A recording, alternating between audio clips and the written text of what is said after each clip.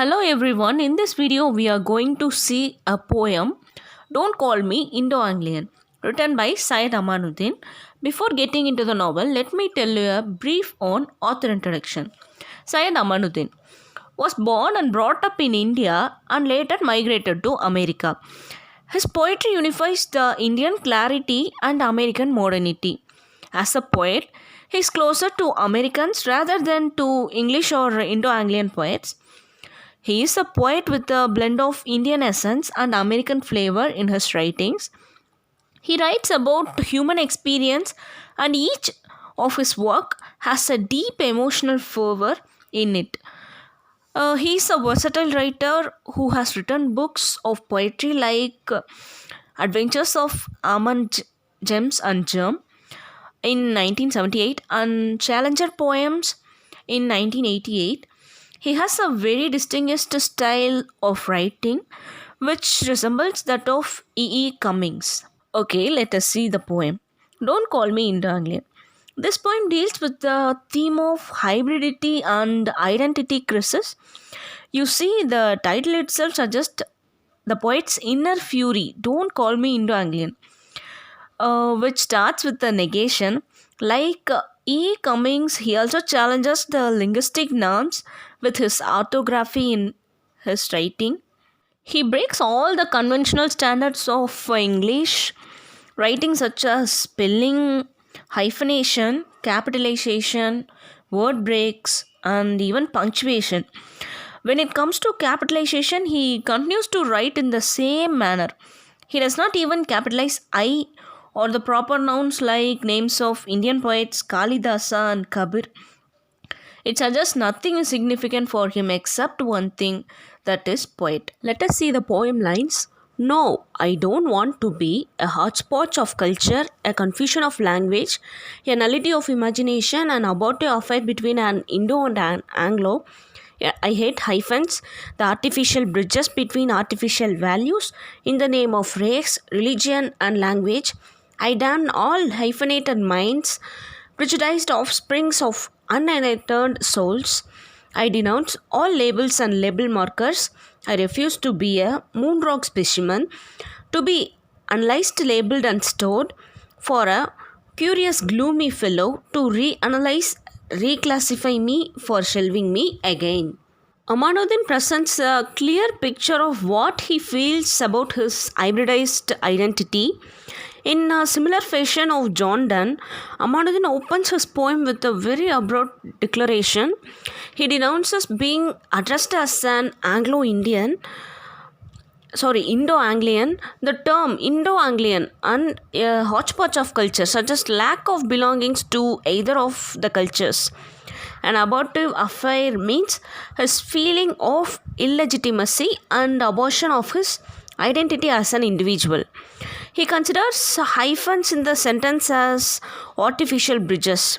Like hyphens, artificial values created by man in the name of religion and language make only hyphenated minds. Amanuddin calls them prejudiced offsprings of unenlightened souls. He does not want to be analyzed as a specimen nor reclassified as a stranger. And next, they call me Indo-Anglian. I don't know what they mean. Kaveri flows in my veins.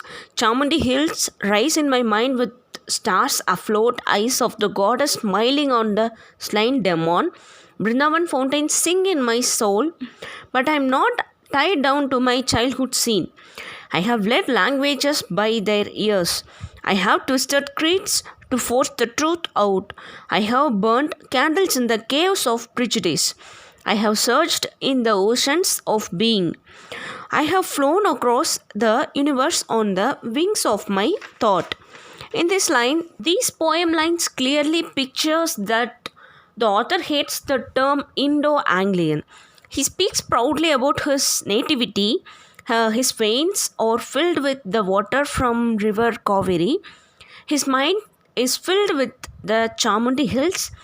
The colorful, fascinating fountain in the Brindavan sings soothing songs to his soul. All these references do not mean that he is tied more to his land. He has learnt a vast number of languages and acquainted with the culture of the foreign lands. He means his vast exposure and experienced by saying, I have searched in the oceans of being. I have flown across the universe on the wings of my thought. And next, the poem lines are They call me Indo Anglian, the mistaken misinformed folk. In class, me with a small group of writers, cloistering me, crippling me.